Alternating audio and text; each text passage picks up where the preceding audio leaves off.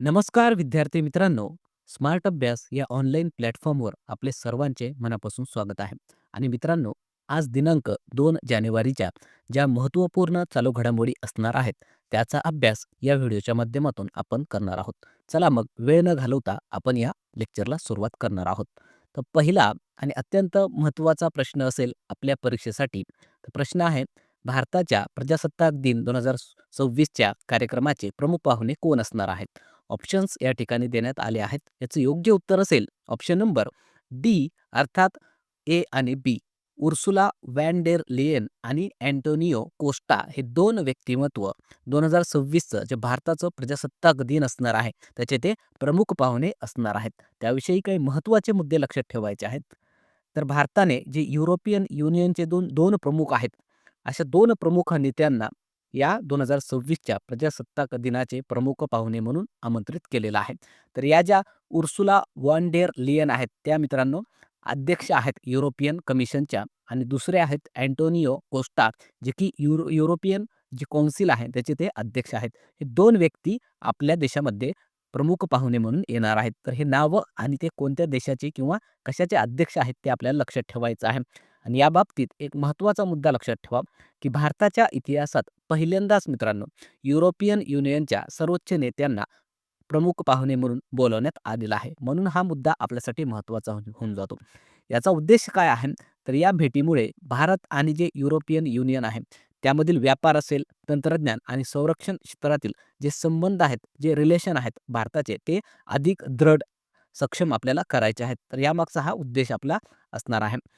तसेच आपल्याला 2025 मध्ये प्रजासत्ताक दिनाचे प्रमुख पाहुणे कोण होते, असं जर विचारलं, तर ते सुद्धा नाव लक्षात ठेवायचं आहे. तर 2025 मध्ये इंडोनेशियाचे राष्ट्रपती प्रोबो सुबियांतो हे आपले प्रमुख पाहुणे होते. हे सुद्धा नाव आपल्याला लक्षात ठेवणं गरजेचं आहे. त्यानंतर पुढचा प्रश्न असेल, की जगातील सर्वात लांब एक्सप्रेस बोगदा कोणत्या देशात बांधण्यात आला आहे? ऑप्शन्स या ठिकाणी देण्यात आले आहेत. याचं योग्य उत्तर असेल ऑप्शन नंबर ए, चीन या देशाने जगातला सर्वात लांब एक्सप्रेसवे बोगदा बांधलेला आहे मित्रांनो.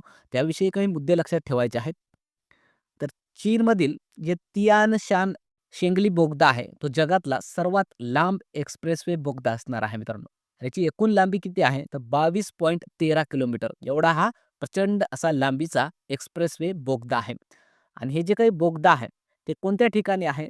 तर हा चीनचं जे वायव्येकडचा भाग आहे, शिनजियांग प्रांत, त्या ठिकाणी तियानशान जे पर्वतरांग आहेत, त्या ठिकाणी हे बोगदा बांधण्यात आलेला आहे. त्याच्यावरूनच या बोगद्याला असं नाव सुद्धा देण्यात आलेलं आहे. हे सुद्धा आपल्याला लक्षात ठेवायचं आहे. यामुळे फायदा काय झालेला आहे, की वेळेची बचत त्यांची झालेली आहे. अगोदर हा जो काही डोंगराळ दुर्गम भाग होता, ते ओलांडण्यासाठी साधारणतः 7 तास लागायचे.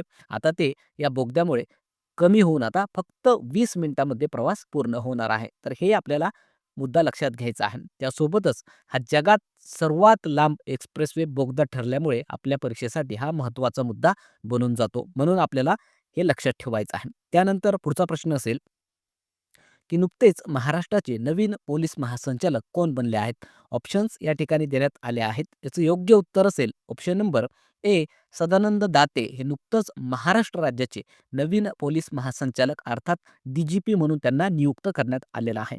महाराष्ट्राशी संबंधित अतिशय महत्त्वाची ही नियुक्ती आहे मित्रांनो. याविषयी थोडे अधिकचे पॉईंट सुद्धा आपल्याला लक्षात ठेवणं गरजेचं आहे. तर नाव काय आहे? सदानंद दाते हे महाराष्ट्राचे नवीन पोलीस महासंचालक अर्थात DGP म्हणून नुकतंच आता नियुक्त होणार आहेत. कारण या अगोदरचे जे महासंचालक होत्या रश्मी शुक्ला, यांचा कार्यकाळ 31 डिसेंबर 2025ला संपलेला आहे.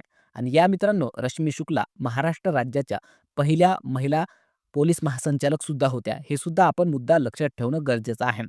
यासोबतच हे जे सदानंद दाते आहेत त्यांच्याविषयी लक्षात ठेवा, हे 1990च्या बॅचचे IPS अधिकारी आहेत.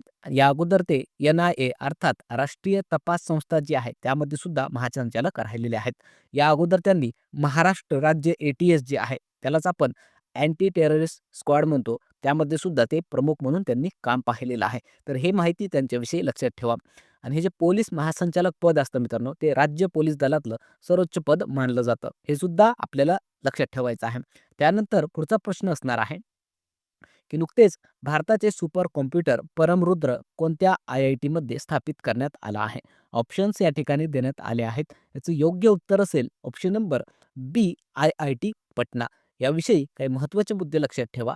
तर हे जे काही परमरुद्रा सुपर कॉम्प्युटर आहे, हा भारताचा एक अत्याधुनिक आणि स्वदेशी बनावटीचा सुपर कॉम्प्युटर अर्थात महासंगणक आहे मित्रांनो. याची निर्मिती आपल्या पुण्यातील जे सीडॅक आहे त्याने केलेली आहे.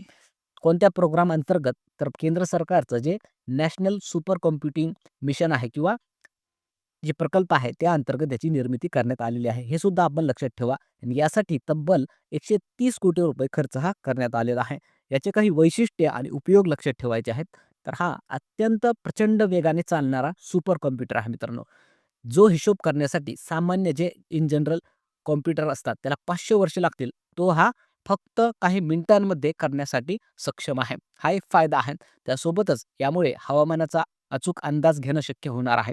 आरोग्य आणि औषध संशोधन असेल आणि खगोलशास्त्राचा अभ्यास करणं सुद्धा आता सोपं होणार आहे. हे मुद्दे आपल्याला याविषयी लक्षात ठेवायचे आहे.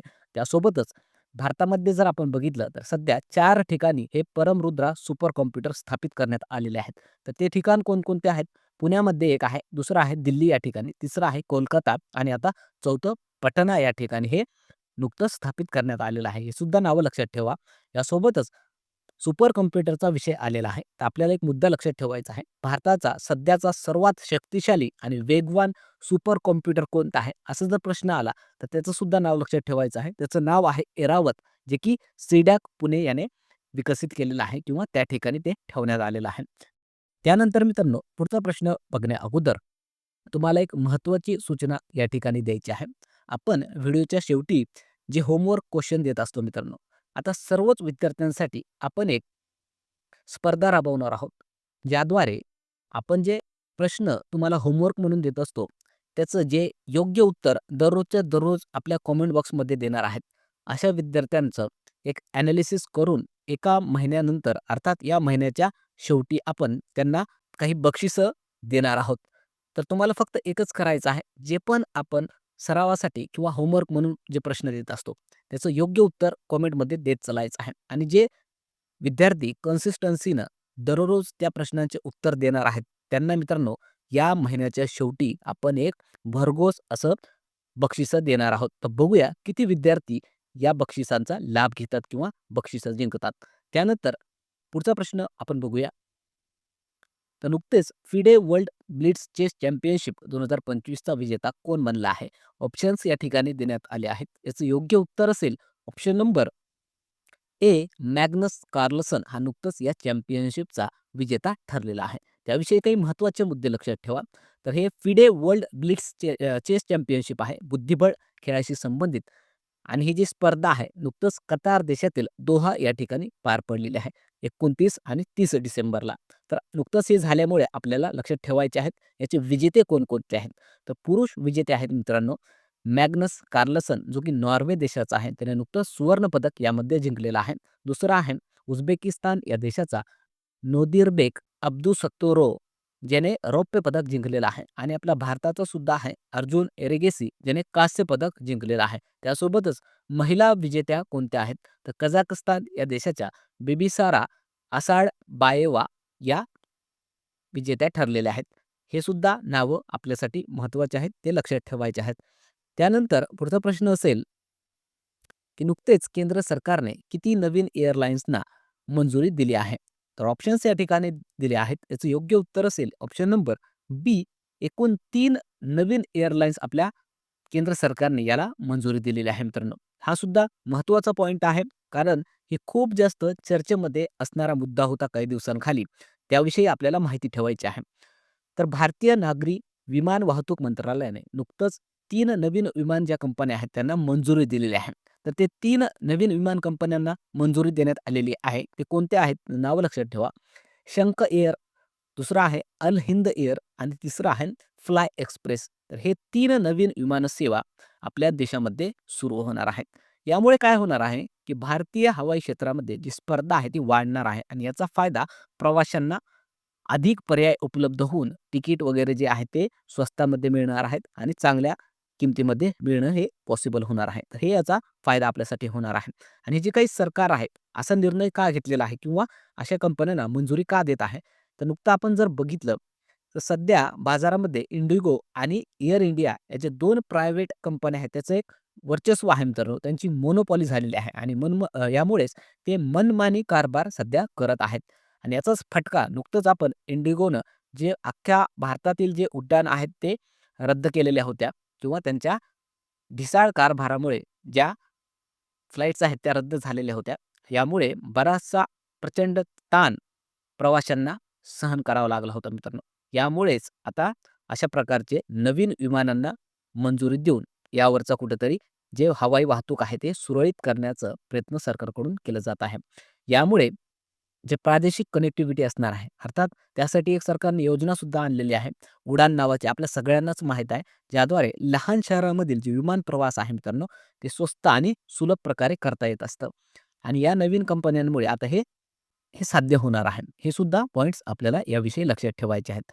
त्यानंतर पुढचा प्रश्न बघण्या अगोदर हे जे काही मित्रांनो आपलं लेक्चर आहे, या लेक्चरच्या मोफत नोट्स आपल्याला या ठिकाणी जे टेलिग्राम आयडी दिसत आहे, त्या ठिकाणी आपण मोफतमध्ये टाकणार आहोत. त्या ठिकाणी जाऊन तुम्ही या मोफत नोट्स डाउनलोड करून तुमच्या रिव्हिजनसाठी ठेवू शकता. त्यानंतरचा प्रश्न असेल, की नुकतेच राष्ट्रपती द्रौपदी मुर्मू या INS वागशीर पाणबुडीतून प्रवास करणाऱ्या कितव्या राष्ट्रपती ठरल्या? तर ऑप्शन्स या ठिकाणी देण्यात आले आहेत. याचं योग्य उत्तर असणार आहे ऑप्शन नंबर बी, या दुसऱ्या राष्ट्रपती असणार आहेत ज्यांनी INS वागशीर पाणबुडीतून प्रवास केलेला आहे. त्याविषयी काही महत्त्वाचे मुद्दे लक्षात ठेवायचे आहेत. तर नुकतंच पाणबुडीमधून प्रवास करणाऱ्या ज्या भारताच्या द्रौपदी मुर्मू या राष्ट्रपती आहेत, त्या दुसऱ्या भारतीय राष्ट्रपती ठरलेल्या आहेत. या अगोदर 2006 साली APJ अब्दुल कलाम जे आहेत, याच पाणबुडीमधून त्यांनी प्रवास केला होता. म्हणून या आता दुसऱ्या ठरलेल्या आहेत मित्रांनो. आणि कलवरी जी श्रेणी आहे पाणबुडीची, यामध्ये प्रवास करणाऱ्या या पहिल्या राष्ट्रपती ठरल्या आहेत. तर हे दोन्ही फरक आपल्याला या ठिकाणी लक्षात घ्यायचं आहे. आणि हे जे काही प्रवास त्यांनी केलेला आहे, तर कुठं केला आहे? तर कर्नाटक राज्यातील कारवार नौदल जे तळ आहे, त्या ठिकाणावरून अरबी समुद्रामध्ये यांनी हा प्रवास केलेला आहे. यावेळी त्यांच्यासोबत नौदल प्रमुख ॲडमिरल दिनेश त्रिपाठी सुद्धा उपस्थित होते मित्रांनो. हे सुद्धा आपण लक्षात ठेवा. आणि हे जे INS वागशीर आहे, याचा विषय आलेला आहे. तर या पाणबुडीचे आपल्याला काही वैशिष्ट्ये सुद्धा लक्षात ठेवायची आहेत. तर ही पाणबुडी प्रोजेक्ट 75 अंतर्गत माझगाव डॉक शिपबिल्डर्स लिमिटेड जे आहे, त्याने विकसित केलेले आहे. आणि जे प्रोजेक्ट 75 काय आहे? तर अशा प्रकारचे जे काही युद्धनौका आहेत किंवा ज्या पाणबुड्या आहेत मित्रांनो भारताच्या, त्या बनवण्यासाठीचं हे भारत सरकारचं प्रोजेक्ट 75 आहे. एवढं आपल्याला लक्षात ठेवायचं आहे. आणि ही जी पाणबुडी आहे, ती अत्यंत शांत आहे आणि याला सहजासहजी पकडणं अवघड आहे मित्रांनो. म्हणूनच याला सायलेंट किलर म्हणून सुद्धा ओळखलं जातं. याचं ब्रीदवाक्य काय आहे? तर वीरता, वर्चस्व, विजया असं आहे. हे सुद्धा आपण लक्षात ठेवू शकता. त्यानंतर पुढचा प्रश्न असणार आहे, की नुकतेच कोणत्या राज्याला टायगर प्रेझेन्स स्टेटचा दर्जा देण्यात आला आहे? ऑप्शन्स या ठिकाणी देण्यात आले आहेत. याचं योग्य उत्तर असेल ऑप्शन नंबर बी, गुजरात या राज्याला नुकतंच टायगर प्रेझेन्स स्टेटचा दर्जा देण्यात आलेला आहे. तर त्याविषयी काही महत्त्वाचे मुद्दे लक्षात ठेवा. तर हे जे काही टायगर प्रेझेन्स स्टेट म्हणजे काय? अगोदर हे आपल्याला समजून घेणं गरजेचं आहे. तर ज्या राज्यामध्ये वाघांचे कायमस्वरूपी वास्तव्य असतं किंवा ज्या ठिकाणी अधिकृत पुरावे मिळतात, की बाबा या ठिकाणी वाघ हे पाहायला मिळालेले आहेत. अशा राज्यांना अधिकृतपणे टायगर प्रेझेन्स स्टेट म्हणून ओळखलं जात असतं. आणि ते केंद्र सरकारच्या व्याघ्र गणनेच्या अहवालामध्ये सुद्धा अशा राज्यांची नोंदही केली जात असते. तर नुकतंच जर बघितलं तर भारतीय वन्यजीव संस्था आणि राष्ट्रीय व्याघ्र संवर्धन प्राधिकरण जे आहे भारताचं, यांच्या अहवालामध्ये असं आढळून आलेलं आहे, त्यांच्या निदर्शनामध्ये, की गुजरातमध्ये वाघसुद्धा आता पाहायला मिळत आहेत. तर यामुळे काय झालंय, की गुजरातने टायगर प्रेझेन्स असलेल्या जे राज्य आहेत त्याच्या यादीत आता स्थान मिळवलेलं आहे. त्यासोबतच एक महत्त्वाचा शेवटचा मुद्दा लक्षात ठेवायचा आहे, की गुजरात हे भारतातील एकमेव असं राज्य आहे मित्रांनो, ज्या ठिकाणी सिंह आणि वाघ हे दोन्ही प्रजाती आढळून आलेले आहेत किंवा आढळतात. हे महत्त्वाचा मुद्दा आपल्यासाठी महत्त्वाचा आहे. स्टार करून ठेवायचा आहे. त्यानंतरचा प्रश्न असेल, की नुकतेच पारंपरिक टपाल सेवा बंद करणारा जगातील पहिला देश कोणता ठरला आहे? याचं योग्य उत्तर असेल ऑप्शन नंबर बी, डेन्मार्क हा देश पारंपरिक टपाल सेवा बंद करणारा जगातला पहिला देश ठरलेला आहे. तर त्याविषयी लक्षात ठेवायचं आहे, की नुकतंच जर आपण बघितलं, तर ही जी काही टपाल सेवा होती मित्रांनो, तब्बल 400 वर्षांपासून चालत आलेली त्या डेन्मार्क या देशामध्ये ते नुकतंच आता थांबवण्याची किंवा बंद करण्याची घोषणा या डेन्मार्क देशाने केलेली आहे. तर कारण काय सांगण्यात आलेलं आहे?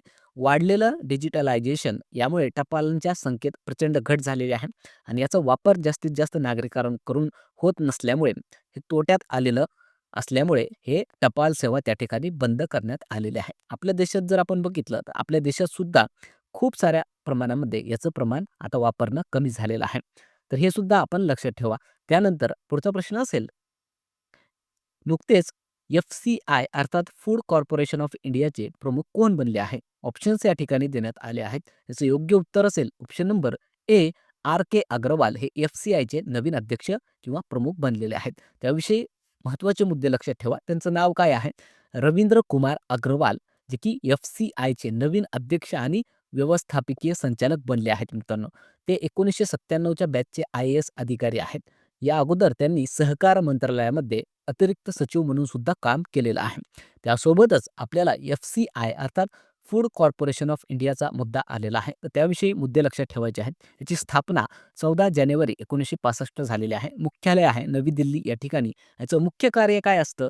तर मुख्य कार्य लक्षात ठेवणं गरजेचं आहे. देशातील अन्न सुरक्षा सुनिश्चित करणे, शेतकऱ्यांकडून अन्नधान्याची खरेदी करणे आणि त्याचं वितरण करणे हे मुख्य काम या एफ-सी-आयचं असतं. हे लक्षात ठेवायचं आहे. त्यानंतर मित्रांनो, कालच्या ज्या काही महत्त्वाच्या घडामोडी होत्या त्याचा आपण या ठिकाणी क्विक रिव्हिजन करणार आहोत. तर पहिला प्रश्न आपण काय घेतला होता, की नुकतेच खालिदा जिया यांचे निधन झाले. त्या कोणत्या देशाच्या माजी पंतप्रधान होत्या? याचं योग्य उत्तर होतं ऑप्शन नंबर सी, बांगलादेश. त्यानंतरचा प्रश्न आपण बघितला होता, की BWF ॲथलीट्स कमिशनच्या अध्यक्षपदी कोणाची नियुक्ती करण्यात आली? याचं उत्तर होतं ऑप्शन नंबर ए, पी-व्ही सिंधू. त्यानंतरचा प्रश्न आपण घेतला होता, की नुकतेच कोणत्या भारतीय क्रिकेटपटूला प्रधानमंत्री राष्ट्रीय बाल पुरस्कार देण्यात आला? याचं उत्तर काय होतं? ऑप्शन नंबर बी, वैभव सूर्यवंशी. त्यानंतर आपण घेतला होता प्रश्न, की नुकतेच महाराष्ट्र लोकसेवा आयोग अर्थात एम-पी-एस-सीचे नवीन अध्यक्ष कोण बनले आहेत? याचं उत्तर होतं ऑप्शन नंबर ए, विवेक भीमनवार. त्यानंतरचा प्रश्न आपण घेतला होता, की नुकतेच आंतरराष्ट्रीय क्रिकेटमध्ये 10,000 धावा पूर्ण करणारी भारताची दुसरी महिला क्रिकेटपटू कोण बनली आहे? आणि याचं उत्तर होतं option number D, Smriti Mandhana. त्यानंतरचा प्रश्न आपण बघितला होता, की भारतातील पहिले पी-पी-पी अर्थात पब्लिक प्रायव्हेट पार्टनरशिप आधारित मेडिकल कॉलेज कुठे उभारले जाणार आहे? आणि याचं उत्तर होतं option number C, Madhya Pradesh राज्यामध्ये हे अशा प्रकारचं पी-पी-पी आधारित मेडिकल कॉलेज सुरू करण्यात येणार आहे. त्यानंतर पुढचा प्रश्न आपण बघितला होता, की नुकतेच शरदचंद्र पवार कृत्रिम बुद्धिमत्ता अर्थात ए-आय उत्कृष्टता केंद्राचे उद्घाटन कोठे करण्यात आले? आणि याचं उत्तर होतं ऑप्शन नंबर सी, बारामती. त्यानंतर पुढचा प्रश्न आपण बघितला होता, की आंतरराष्ट्रीय टी-20 क्रिकेटमध्ये एका सामन्यात सर्वाधिक 8 बळी घेणारा जगातला पहिला गोलंदाज कोण बनला? तर याचं उत्तर होतं ऑप्शन नंबर सी, सोनम एशी. आणि याविषयी आपण मागच्या व्हिडिओमध्ये डिटेलमध्ये अभ्यास सुद्धा केलेला आहे. त्यानंतरच आपण प्रश्न बघितला होता, की नुकतेच इस्रायल या देशाने कोणाला देशाचा सर्वोच्च नागरी सन्मान देण्याची घोषणा केलेली आहे? तर याचं उत्तर होतं ऑप्शन नंबर ए, डोनाल्ड ट्रम्प यांना इस्रायलचा सर्वोच्च सन्मान देण्यात येणार आहे, अशी घोषणा नुकतंच ही करण्यात आलेली आहे. त्यानंतर मित्रांनो, आपण काल तुम्हाला होमवर्क क्वेश्चन सुद्धा दिला होता. तर होमवर्क क्वेश्चन असा होता, की राष्ट्रीय प्रेरणा स्थळचे उद्घाटन कोणत्या शहरात करण्यात आले आहे? ऑप्शन्स या ठिकाणी आपण दिले होते आणि बऱ्याचशा विद्यार्थ्यांनी खूप चांगल्या प्रकारे याचं उत्तर सुद्धा कॉमेंट बॉक्समध्ये दिलेलं आहे. त्यांचं खरंच मनापासून अभिनंदन. यावरून दिसून येत आहे, की विद्यार्थी किती चांगल्या प्रकारे चालू घडामोडी या विषयाचा अभ्यास करत आहेत. ज्या विद्यार्थ्यांना याचं उत्तर माहिती नाही, त्यांच्यासाठी आपण उत्तर सांगणार आहोत. याचं उत्तर असणार आहे ऑप्शन नंबर बी, लखनौ, उत्तर प्रदेश या ठिकाणी हे राष्ट्रीय प्रेरणा स्थळ जे आहे त्याचं उद्घाटन करण्यात आलेलं आहे. त्यानंतर मित्रांनो, आजचा होमवर्क क्वेश्चन असेल, की 2030च्या राष्ट्रकुल स्पर्धा कोणत्या ठिकाणी पार पडणार आहेत किंवा होणार आहेत? हा सुद्धा परीक्षेच्या दृष्टीने अत्यंत महत्त्वाचा प्रश्न आहे मित्रांनो. कारण या प्रकारच्या घडामोडींवर आपल्या परीक्षांमध्ये प्रश्न हा हमखास विचारला जातो. बघूया मग किती विद्यार्थी या प्रश्नाचं उत्तर कॉमेंट बॉक्समध्ये देतात आणि जे पण विद्यार्थी दररोज या होमवर्क क्वेश्चनचे उत्तर कॉमेंट बॉक्समध्ये देतील, अशा विद्यार्थ्यांना महिन्याच्या शेवटी त्यांना बक्षीस देणार आहोत. तर बघूया किती विद्यार्थी या बक्षिसांचा लाभ घेणार आहे. तुम्हाला फक्त एकच करायचं आहे. दिलेल्या प्रश्नांची उत्तरं द्यायचं आहे आणि ही बक्षिसं मिळवायची आहेत. चला मग थांबूया या ठिकाणी. पुन्हा भेटूया एका नवीन व्हिडिओसह. व्हिडिओ आवडला तर लाईक करायचा आहे. जास्तीत जास्त विद्यार्थ्यांपर्यंत हा व्हिडिओ शेअर करायचा आहे. तसेच नवीन असाल तर चॅनलला सबस्क्राईब सुद्धा करून घ्यायचं आहे मित्रांनो. आणि लेक्चरच्या मोफत नोट्ससाठी आपलं जे टेलिग्राम चॅनल आहे स्मार्ट अभ्यास 555 त्या ठिकाणी जाऊन ते डाउनलोड करून घ्यायचं आहे. थांबूया मग पुन्हा भेटूया एका नवीन व्हिडिओसह. तोपर्यंत धन्यवाद.